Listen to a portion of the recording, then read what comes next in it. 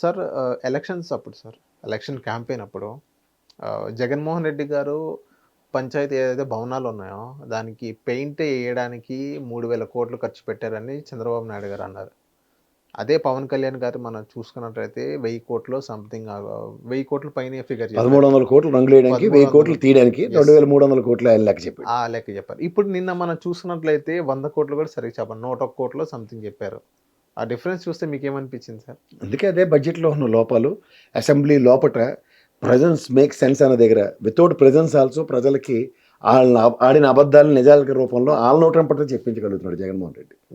పంపించిన ప్రశ్నల్లో క్రిస్టల్ క్లియర్గా ఉంది. ఎందుకంటే గత బడ్జెట్లు కూడా మీరు ఫాలో అయితే వాళ్ళు చెప్పినవన్నీ అబద్ధాలని అప్పుడే తెలుసు. చదువుకున్న వాళ్ళు మనం ఎంతమంది ఫాలో అవుతాం అన్న దగ్గర మనకు లేదు కాబట్టి, మనకు తెలుసు కాబట్టి ఆ విషయాల మీద మనం ఎక్కువ స్ట్రెస్ ఇచ్చి మాట్లాడలేదు. రంగులు వేయడం తప్పు, రంగులు వేయకపోవడం తప్పు అంటే ఇప్పుడు అన్న క్యాంటీన్లు అన్నిటికీ తెలుగుదేశం రంగులు వేసి ఉంటాయి. అవును. ఇప్పుడు ఒక్కొక్కరితో ఒక్కొక్క నిర్ణయం ఉంటుంది. దానికి ఇప్పుడు 1,00,000 కోట్లు ఖర్చు అయిందని మాట్లాడాను అనుకోండి, దట్ ఇస్ కాంట్రాడిక్టరీ స్టేట్మెంట్ అంట. అది మనకి ఎందుకు? అది ఓ ప్రభుత్వం చేస్తున్న పనిలో సాంద్రత చూడాలి తప్ప, పంచాయతీ బిల్డింగ్ కట్టారు, బిల్డింగ్ నాకు ఇప్పుడు పింక్ రంగు వేయలేదు లేకపోతే బ్లూ రంగు వేయలేదు అంటే నీ ఇంట్లో నీ బెడ్రూమ్ అది ప్రభుత్వ విధానం అది.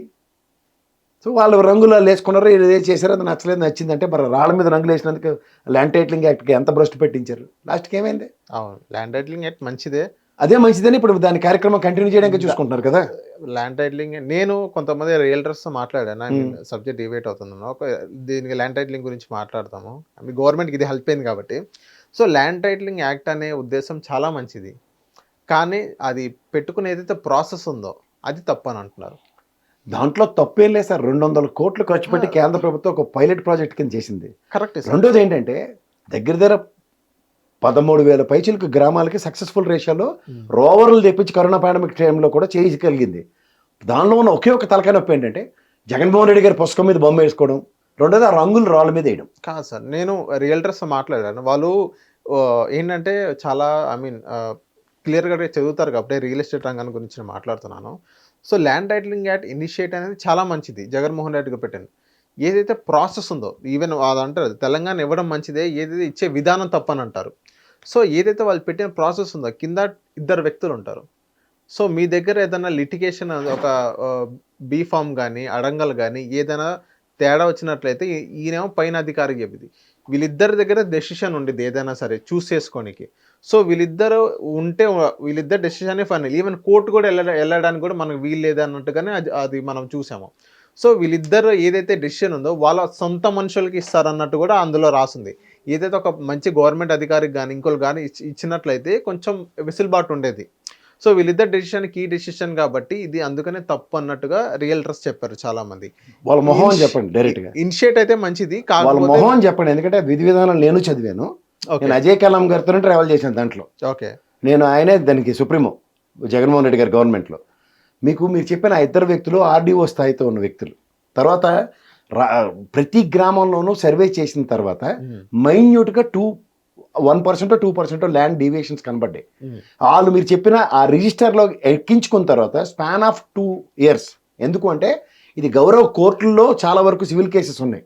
అవును, ఇవి అప్రహెన్షన్స్ రైజ్ చేసింది మోస్ట్ ఆఫ్ ద సివిల్ లాయర్సే. ఎందుకంటే వాళ్ళకి సంవత్సరాల తరబడి కోర్టుల చుట్టూ తిప్పుకొని రక్తాలు తాగడం అలవాటైపోయి ఎప్పుడైతే ఈ విధమైన ప్రతిపాదన వచ్చిందో దీంట్లో ఏమవుతుంది, ఇప్పుడు ఊర్లో మీరు నేను ఉంటున్నాం అనుకోండి, ఒక ఊర్లో మిగిలిన 98% ల్యాండ్లో లేని అప్రహెన్షన్స్ మన ఇద్దరితో ఎందుకు వస్తాయి? గతంలో కరణం మున్సిపల్ ఉన్న వ్యవస్థలో మీరు గమనించట్లేదు, ఎల్లయ్య పుల్లయ్య ల్యాండ్లు కూడా అక్కడ గ్రామ చట్టసభలు లాంటివి జరుగుతూ ఏంద్రా ఈ పుల్లయ్య ల్యాండ్ పక్కన 10 సెంట్లు ఎంతో పక్కవాడు ఎల్లయ్య దగ్గరికి వెళ్ళింది ఇలాంటివి అన్నప్పుడు, కాదయ్యా పుల్లయ్య ఎల్లయ్య కాకుండా వాళ్ళు ఇంకో లింగయ్య దగ్గర ఉన్న ల్యాండ్ అది, వీళ్ళది కాదన్న దగ్గర సవరణలు చాలా చేసేవారు. 6 బుక్లో నాట్లను బుక్ 13లో నాట్లోను. సో ఇవన్నీ మీరు గమనించుకోగలిగితే ఆద్యంతం మొత్తం 99% సక్సెస్ స్టోరీ ఉంది దాంట్లో. జస్ట్ మైన్యూట్ 1% 0.1% అప్రహెన్షన్స్లో ఏది ల్యాండ్ టైటిలింగ్ యాక్ట్కి సంబంధించిన యాక్ట్ ఈజ్ 100%. ఎందుకంటే పాశ్చాత్య దేశాలన్నింటిలోనూ ఇవాళ దానికి సరళీకృతం అయిపోయింది. ఓకే, ఇక్కడ మనకి దేశంలో చూడండి, ఎవరైనా ఫారినర్స్ వచ్చి ఇన్వెస్ట్ చేద్దామన్నా ఏం చేద్దామన్నా బేసిక్గా వీళ్ళు చూపించే అంశం ఏముంటుంది, ల్యాండ్ టైటిల్ క్లియర్గా లేదండి అని. మీకు అర్థమవుతుందా? సో ఎప్పుడైతే ఈ ప్రతిపాదనలకి ల్యాండ్ టైటిలింగ్ అనేది క్రిస్టల్ క్లియర్ ఉందనుకోండి, ఇన్వెస్ట్మెంట్ మాడ్యూల్కి స్వర్గధామం అవుతుంది. అవును.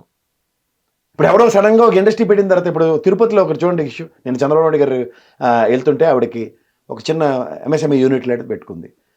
ఆ ల్యాండ్ డిస్ప్యూట్లో ఉందంట. ఒకరి తర్వాత ఒకరు వచ్చి ఆ అమ్మాయిని బెదిరించి లాక్కునే దగ్గర ఆడ చంద్రబాబు నాయుడు గారికి మొరపెట్టుకుని వెళ్దాను. పాపం ఆయన పరిస్థితి, వాళ్ళ బ్రదర్ పోయి ఉన్నారు కదా, అక్కడ అలౌ చేయలేదు. కానీ నేను అంటుంది ఏంటంటే, ఇప్పుడు ద ల్యాండ్ టైటిల్ యాక్ట్లో కనుక ఆ గ్రామం సర్వే చేసి ఉంటే ఇట్లాంటి అప్రహెన్షన్స్ అన్ని క్లియర్ అయిపోయి ఉందని కదా. అవును. సో ఇట్లాంటివి ఎప్పుడైనా సరే ప్రభుత్వం కొన్ని తీసుకున్న నిర్ణయాలు, కేంద్ర ప్రభుత్వం పైలట్ ప్రాజెక్ట్ కింద ఆంధ్రప్రదేశ్లో చేయగలిగింది. It's a huge success story. పక్కన ఒరిస్సా వాళ్ళు అయితే మాకు ఈ స్టాఫ్ని ఇవ్వండి ఇదని, మీకు తెలుసో తెలీదు, సర్వేర్లు 4 ఉంటారు, ఒక్కొక్కరిని రిక్రూట్ చేసుకోగలిగారు. ప్రతి గ్రామానికని అగ్రిగేట్ని ఒక సర్వేర్ ఉన్నాడు. సో ఈ విధమైన ప్రతిపాదనలతో ముందుకెళ్ళిన బృహత్తర కార్యక్రమం బ్రహ్మాండమైన సక్సెస్. కానీ పొరపాటు ఏంటంటే ఆ ప్రిన్సిపల్ సెక్రటరీ చేసిన పిచ్చి పని ఏంటంటే ఆ రాళ్ళకి రంగులు వేయించడం. ఇది అక్కడ భజన ఎలా ఉంటుందంటే, ముఖ్యమంత్రి మనల్ని పొందడానికి ప్రతి ఒడు వేసి ఓవర్ యాక్షన్లకి పేరు చూడండి, అది ఏదో అయినా సరే వ్రతం చెడకూడదు అంటారు, అట్లా అయింది అది. అంతకన్నా వెళ్ళలేదు. అంచేత రియల్ ఎస్టేట్ వాళ్ళు ఏదో చెప్పారు మీకు అన్నది వాళ్ళ పనికిమాలిన ఆలోచనలు బుర్రలను తీమనండి. ఆ బుక్లో 2 ఏళ్ల పాటు దానికి కాలపరిమితి ఉంది. 2 ఏళ్ళు ఆ ఎయిర్ క్లియర్ అవుతుంది. ఇప్పుడు ఉదాహరణకి సర్వే జరగని దాంట్లో బుక్లో ఎంటర్ చేసిన ఉన్నాయనుకోండి, 2 years టెన్యూర్ అంటే మిగిలిన గ్రామంలో అందరికీ ఉంటే మీకు నాకే పంచాయతీ ఉంది అక్కడ. మీకు 10% ఎక్కువ 10% తక్కువ అని చుట్టుపక్కల అన్ని క్లియర్ ఉన్నప్పుడు మీకు వచ్చి చెప్పడం ఎంతసేపు అవుతుంది? ఎన్నాళ్ళు నువ్వు అనుకున్నావు కంటారే, అందులో 4 సెంట్లు నాదే ఉన్నది, ఈ కొలతలు నాది కరెక్ట్ అయింది, ఇంకోటి మీ ఫ్రెండ్ చెప్పొచ్చు 6 సెంట్లు అతను అనుకుంటున్నారు కానీ అది కాదురా బాబు, అందులో నీకు 5.5 సెంట్లే నీకు వస్తున్నాయి, 6 సెంట్ పక్కదానికి పోయిందిరా, సరిపోయింది అని చెప్తారు లెక్క. ఉదాహరణకి ఆ డిఫరెన్స్ ఆఫ్ 10 సెంట్స్ అనేది.